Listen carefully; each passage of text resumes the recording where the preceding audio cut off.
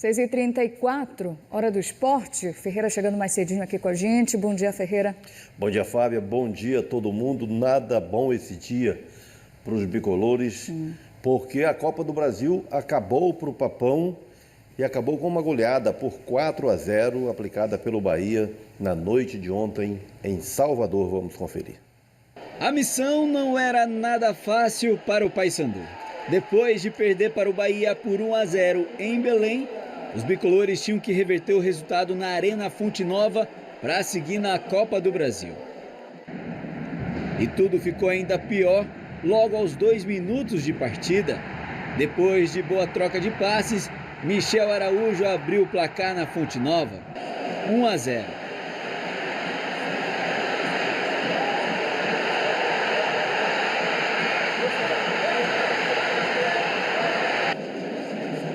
O segundo só não saiu na sequência porque Matheus Nogueira defendeu o chute de Iago Borducci. Depois de tanta pressão, o Papão conseguiu ir para o ataque. Benítez parou em Marcos Felipe. O goleiro do Bahia ainda salvou esse chute de Brian. Era lá e cá. Matheus Nogueira, de peito, defendeu outra finalização de Iago. Para complicar ainda mais as coisas para o Paysandu, Edilson sentiu a coxa direita e teve que sair do jogo, se tornando um problema para o departamento médico bicolor, que já tem 9 atletas em tratamento. E o Bahia chegou ao segundo gol. Kaique tocou para William José só empurrar para o fundo da rede.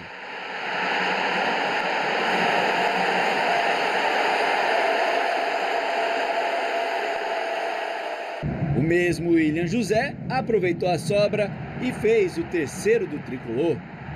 Isso antes do intervalo.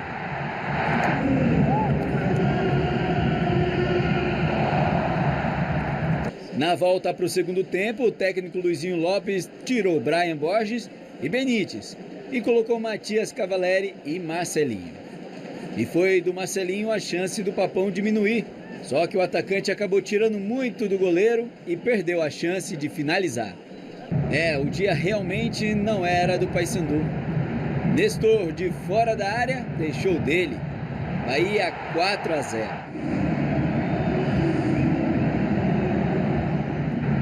Marcelinho desperdiçou mais uma chance de diminuir para o Paysandu.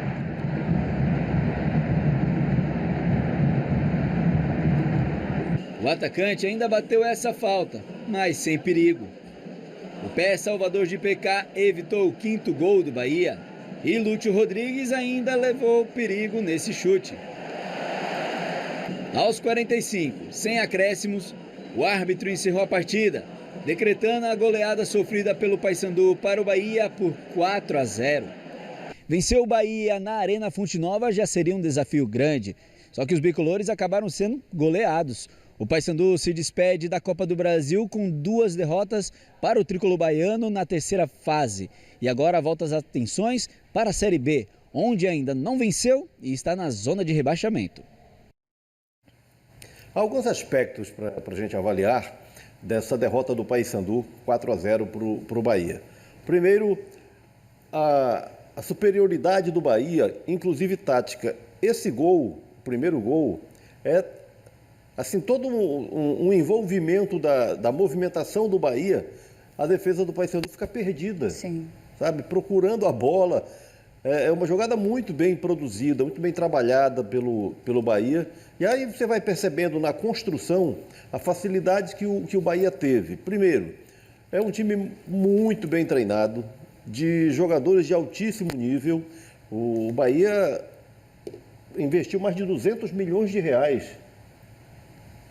do ano passado para cá, para compor esse elenco. Depois que a SAF do Bahia foi adquirida pelo Grupo City, o Bahia estourou financeiramente. Então hoje tem um time muito poderoso, um elenco muito poderoso, e o trabalho do Rogério Ceni. Eu encontrei um dia desses em Castanhal o Cicinho, que foi jogador do Bahia até recentemente, e ele comentou comigo o seguinte: o homem, no caso do Rogério Ceni, não repete um treinamento. Cada dia é um treino diferente, um nível muito alto. E a gente percebe a tradução disso em campo. Enquanto o Paysandu, aí entra o assunto que o torcedor do Paysandu até se aborrece quando a gente aborda, mas, enfim, nós estamos aqui para trabalhar com os fatos e esclarecer. Nossa missão aqui é trabalhar em cima dos porquês. Então, por que o time do Paysandu não consegue render, não consegue ter uma regularidade, por que não tem resistência?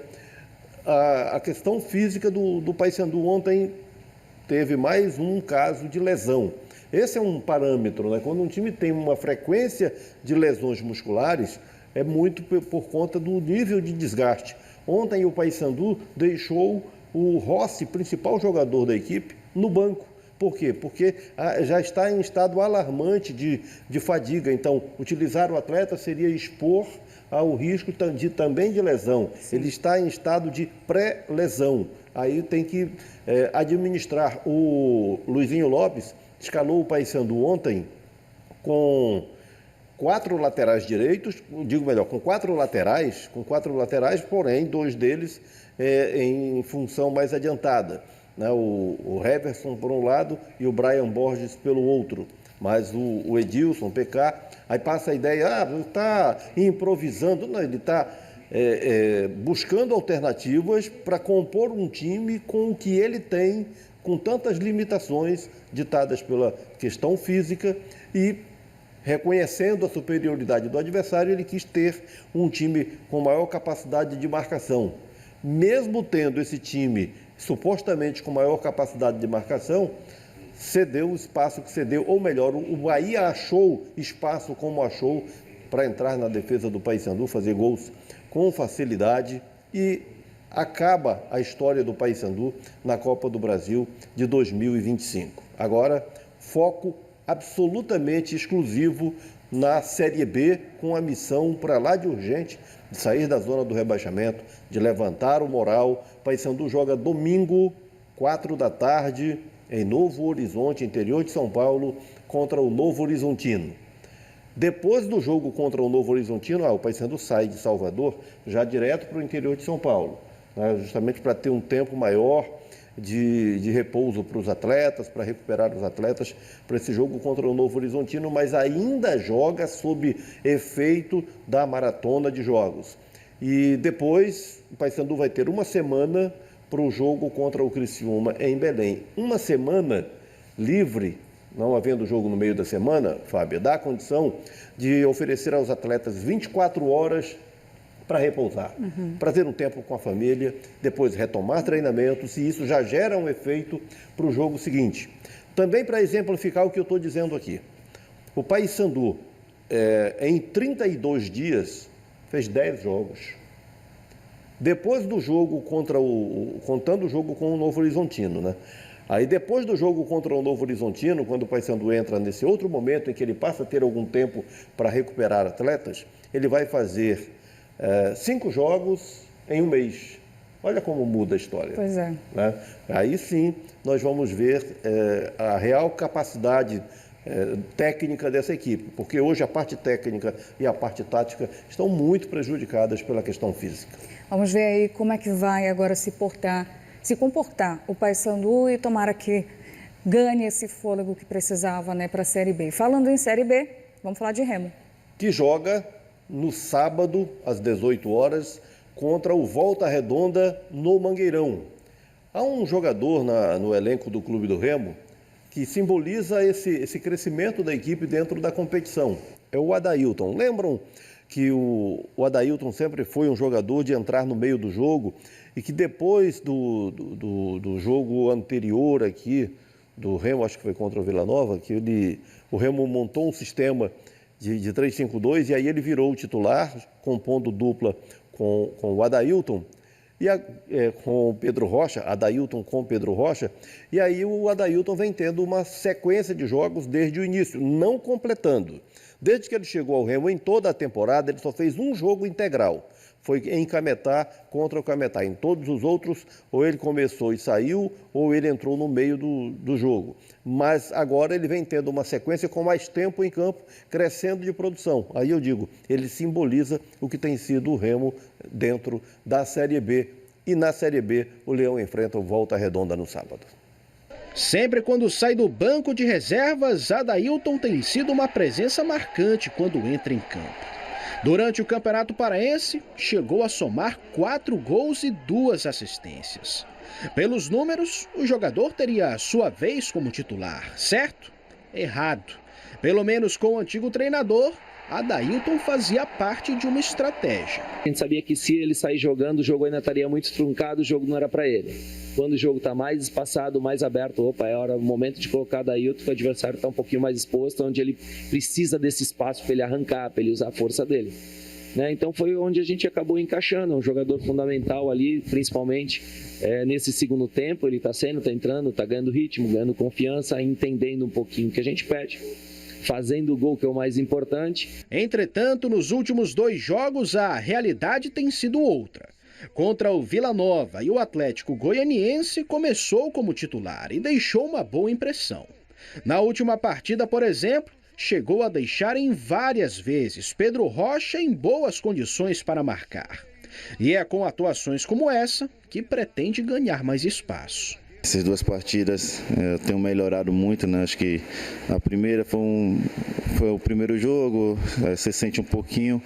Nesse segundo jogo já se senti bem melhor. Eu acho que cada jogo que vai passando, acho que meu rendimento vai melhorar muito mais e eu vou estar podendo estar ajudando mais a equipe.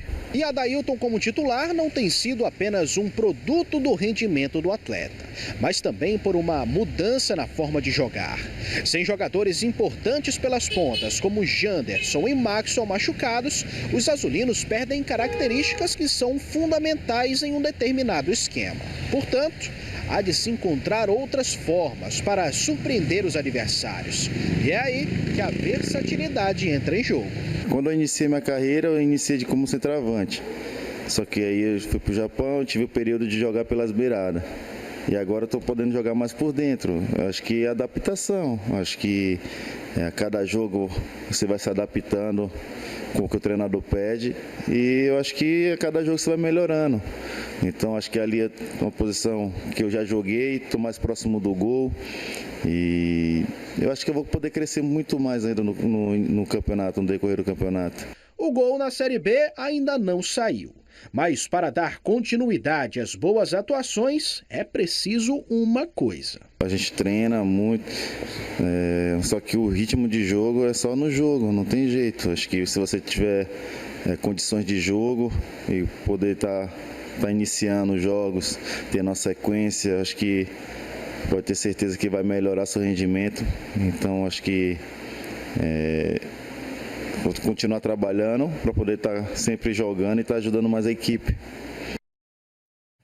Bom, a reportagem do João Vanderlei chamou a atenção para o fato de que o Remo perdeu o Janderson e o Maxwell dentro da competição. O Janderson já deve voltar para o jogo seguinte, que vai ser contra o CRB. Agora, nessas perdas e também na ausência do Janderson, o técnico do Remo, o Daniel Paulista, precisou reprogramar o time do Remo taticamente. Então, o que ele fez? Introduziu a figura do terceiro zagueiro e os laterais viraram alas. Quando os laterais viram alas, então está resolvida a questão de não ter os pontas, né? De não ter o Janderson, de não ter o Maxwell. E ele acabou descobrindo o casamento de uma dupla que vem se somando muito bem, Adailton e Pedro Rocha. O Adailton passou uma década jogando no Japão, chegou lá como centroavante, passou a jogar pelos lados do campo. E o Pedro Rocha é um jogador muito versátil, ele se adapta com muita facilidade a qualquer setor ali no ataque. Os dois estão se complementando, estão se dando muito bem. Então aí está havendo uma continuidade, não só da dupla, mas do sistema de jogo do Remo, funcionando muito bem, o time mantendo a sua consistência, também suprindo bem a ausência do Janderson. O Remo segue com uma força coletiva, de um time bem ajustado, de uma identidade tática bem construída. E tudo isso estará à prova no sábado, no jogo diante do Volta Redonda. Volta Redonda que tem um péssimo começo dentro da competição. Isso passa para o Remo uma expectativa muito positiva, mas é lá dentro do campo que as coisas se resolvem e isso vai depender muito do nível de concentração do time do Remo. né, do foco. O Remo tem sido um time muito determinado, tanto fora como dentro, muito atento, muito disciplinado, aplicado taticamente. Então, se o time mantiver o mesmo perfil, a mesma competitividade, fatalmente fatura mais 3 pontos. É, sem dúvida, um grande favorito na próxima rodada do campeonato.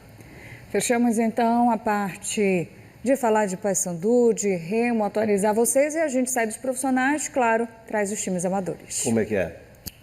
É isso aí. Olha...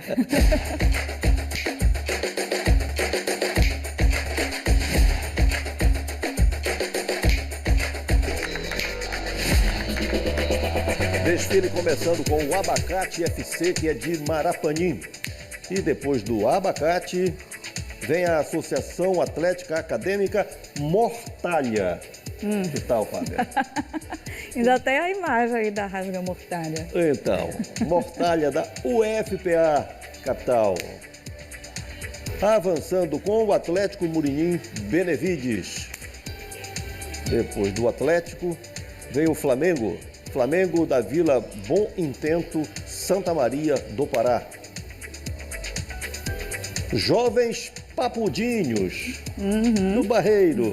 Belém, aí são eles, os Papudinhos do Barreiro.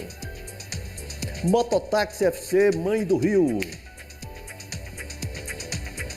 Os Patifes, Fábio. Aí estão eles. Sempre criativos. Patifes de Parauapebas. Panelinha FC de Quatipuru. Remo Amador, amigos do Neto Silva lá de Santa Isabel. Alviazul Sub-13, Cachoeira do Arari. Fechamos? Fechamos essa etapa, mas ainda temos um segundo pacote de times amadores aqui no Bom Dia. Inclusive a obra de arte que a gente vai conferir também na minha segunda entrada. Sim, opa, então vamos aguardar que hoje tem obra de arte. Mas antes, vamos falar de saúde? Agora.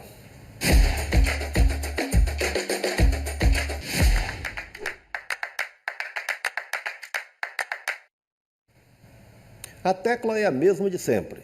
A importância da atividade física para a saúde das pessoas. No caso do homem, no tema do urologista, a atividade física, qual é a importância que tem para a virilidade do homem? Vamos trazer agora o especialista, o urologista Raimundo Abidon. A gente se depara com muitos pacientes que chegaram no limite do problema, que é a disfunção erétil. Então, antes dele chegar à disfunção erétil, na grande maioria das vezes, eles experimentaram um síndrome metabólico. Entre eles, muito frequente hoje, o diabetes.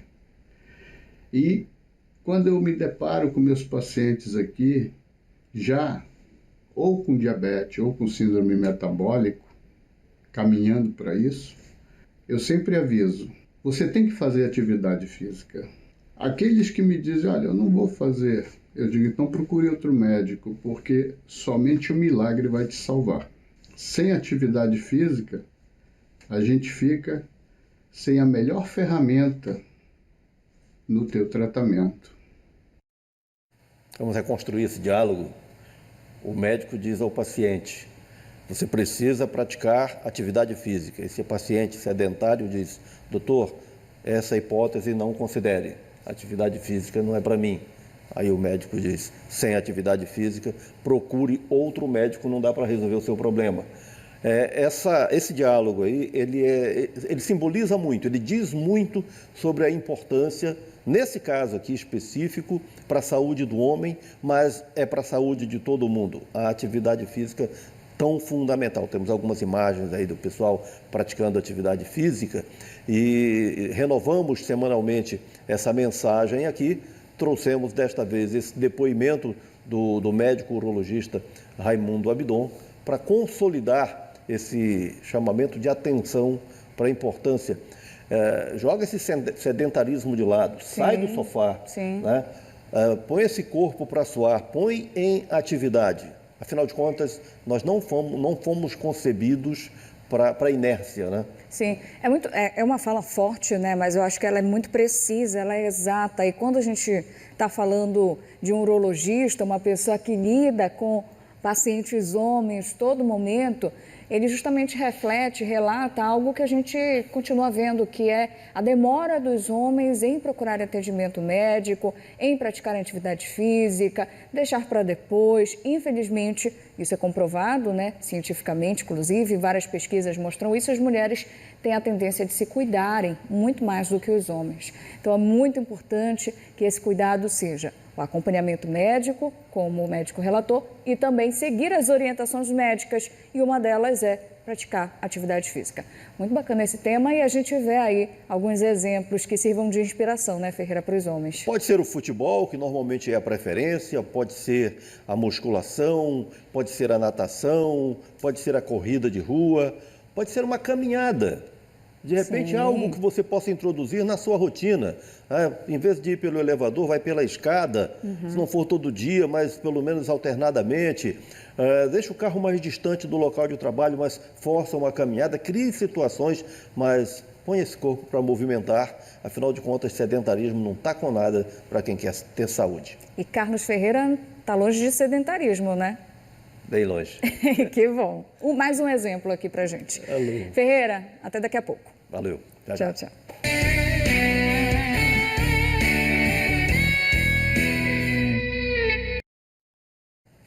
8h12, vou chamar novamente Carlos Ferreira aqui para trazer informações do esporte. A gente já começa com times amadores. Segundo desfile dos amadores com barra limpa para começar. O Barra Limpa do Cleiton, do Manguinha, da Copa Rural lá de Terra Alta. Aí está o time rubro-negro passando a bola para o Belém Esporte Clube, outro rubro-negro na tela do Bom Dia Pará. Chegou a hora do Grêmio. O Grêmio é do quilômetro 58, município de Curuçá. Outro Grêmio, esse é o de Mãe do Rio. Uma camisa bem diferente nas cores do Grêmio de Porto Alegre. Penafiel, do Grêmio Literário Português, Iguaraci. Essa é a Portuguesa, com 33 anos de história lá em Santa Bárbara, aí a Portuga. Repá da Vila dos Cabanos, Barcarena, seguindo o regulamento do Bom Dia Pará. Quando for repá, gente, repá é sempre assim, todos juntos na mesma foto. Avançando com Resenha FC. Os paraenses em Joinville, Santa Catarina. Aí a colônia paraense com seu time. Rock Infinito de Curuçá. Estava falando em bateria agora há pouco, né? Aí o Rock a Infinito. Festa não acaba aí. Avançando agora com a seleção social da Tuna, é foto retrô. Tuna aqui da capital, com essa foto que tem história. Tenoné Esporte Clube, campeão da Liga do Tenoné, capital, fechando aqui o desfile de hoje dos amadores. Bom, Ferreira, às terças e quartas agora a gente exibe os gols e na quinta tem obra de arte. Passa o crivo e mostra a nata. Vamos lá? ver então. O que tem de obra de arte da semana? O Lorenzo Marques, Chute para o Futuro, um projeto lá de Cametá, menino de 8 anos, com essa potência toda na perna esquerda e precisão também. Linda cobrança de falta do Lorenzo, lá de Cametá. Obra de arte também para o Lucas, do Favela, Terra Firme, gol de bicicleta. Olha só, arrumou de costas para o gol, pedalou e conferiu. Lucas, do Favela, da Terra Firme, com toda a festa popular, toda a galera ali vibrando. Torcida. Pelo gol, especialmente por ter sido um golaço, né? Já imaginaram o que seria lance para obra de arte, para merecer moldura aqui na tela do Bom Dia Pará. Parabéns ao Lucas, do Favela, Terra Firme, capital. Parabéns, então, aos dois aí que apareceram. Merecida obra de arte. Gols para nós mostrarmos aqui no Bom Dia. Fotos e especialmente gols. Você envia para o 99430002. Não esquecendo de informar quem fez o gol, de qual time e de qual cidade. Com essas informações e as imagens, a história está pronta para ser contada aqui. Pronto, combinado. Ferreira, vamos agora para o Marajó? Agora? Aí, ó. Então vamos pegar esse barco aqui. Futsal é o assunto. Uma equipe paraense que faz sucesso na Copa do Brasil de futsal é o Bregafó, da cidade de Breves, esse time marajoara que faz festa por qualquer motivo e agora tem motivo de sobra. O repórter Bruno Amâncio conta pra gente.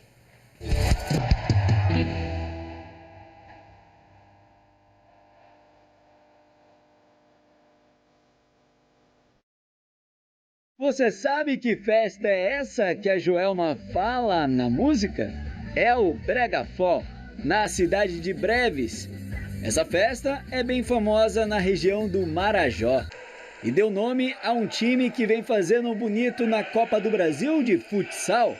A equipe paraense está nas quartas de final do torneio nacional. Passou recentemente pelo Atlético Piauiense em um confronto bem disputado. Passando por essa classificação muito difícil lá em Teresina, né, com uma equipe muito qualificada e com investimento altíssimo, nossa equipe mostrou que está forte, está coesa e está muito focado na competição. Até agora ainda não caiu a ficha, né, do Bregafó ser o único time do Norte a estar numa Copa do Brasil, está numas quartas de final de uma Copa do Brasil, e um time daqui do Marajó, que a gente sabe que está numa região distante dos outros estados, né, atravessa o Brasil para chegar no outro estado. Mas isso é orgulho para nós, marajoara, né? E é o Marajó mostrando que também tem grandes talentos aqui. Esses talentos marajoaras agora focam no próximo desafio. O adversário nas quartas de final da Copa do Brasil de futsal será o Estrela do Norte do Amazonas. A expectativa é grande porque esses garotos já demonstraram isso, né? Se classificaram para as quartas de finais, tirando uma equipe favorita da competição, que era o Atlético Piauiense, jogando fora de casa. Isso só nos deixa orgulhosos. Eu tenho certeza que a expectativa é muito grande e muito boa para a próxima fase e, se Deus quiser, nós vamos para a semifinal. As datas dos jogos serão definidas pela Confederação Brasileira de Futsal. Um dos mais experientes do elenco, o goleiro Renato, está há anos defendendo a meta do Bregafó. Experiência que pode contar para que a equipe siga fazendo história, mas sabendo bem das dificuldades. Daqui para frente a gente sabe que o sarrafo só aumenta, entendeu? E a gente com certeza tem que treinar mais sério, com mais intensidade. Se Deus quiser vai dar tudo certo. A cidade de Breves vai seguir junto com o time, lotando o ginásio municipal, sendo uma das forças da equipe no torneio. Primeiramente eu quero agradecer, né, cara, ao povo brevense que, mesmo jogando fora, envia mensagem o dia todo pra gente, mensagem positiva de força, entendeu? E quando é aqui em Breves é um espetáculo, entendeu? O ginásio sempre lotado, entendeu? Então só agradecer a eles e dizer que com certeza a gente sempre vai estar jogando por eles, entendeu? Apoio esse que vem alinhado com o sucesso de décadas.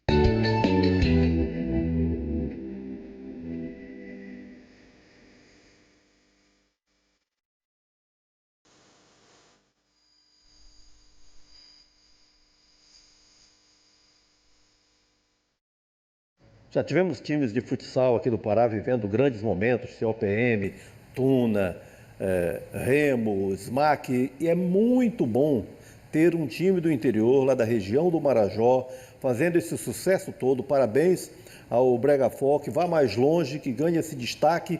E a cidade de Breves, que tem aí no Bregafó um time que gera repercussão para a cidade, né, que divulga a cidade, poderá ter, já na divisão de acesso ao Campeonato Paraense de 2026, um representante. Por quê? Porque está havendo uma negociação de Breves com o Marajó, digo melhor, de Breves com o Tapajós, que é de Santarém. O Tapajós pode se tornar natural de Breves, né? Pode se instalar na cidade de Breves e mudar de nome para ser o Marajó Futebol Clube e representar a região, sediado em Breves. Então, o Tapajós pode se transformar em Marajó, as negociações estão bem avançadas, e aí Breves, que já tem o Bregafó brilhando no futsal, poderá vir a ter um time de futebol profissional também, já na próxima segundinha. Tomara Informação bacana, legal. Vamos ficar acompanhando então.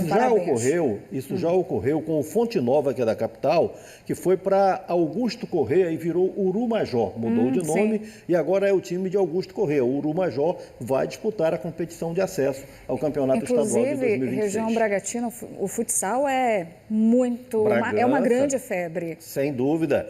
Não só Bragança, as cidades em torno, né? Isso, toda a região Toda ali região, sim. é realmente disputado, a cidade vai em peso acompanhar. Semana da Pátria, a cidade ferve. Exatamente. Tenho muita curiosidade de estar lá durante esse período que já me falaram. Já conheci, é posso muito testemunhar. muito bom, né? Vale a pena. E a gente fica aí conhecendo, portanto, essas especificidades, principalmente em relação ao futebol, no futsal, melhor dizendo, no interior do estado. Parabéns mais uma vez ao Bragafó. Vamos agora falar de Paysandu. No futebol, na Copa do Brasil, o Paysandu foi atropelado no fim da linha, né?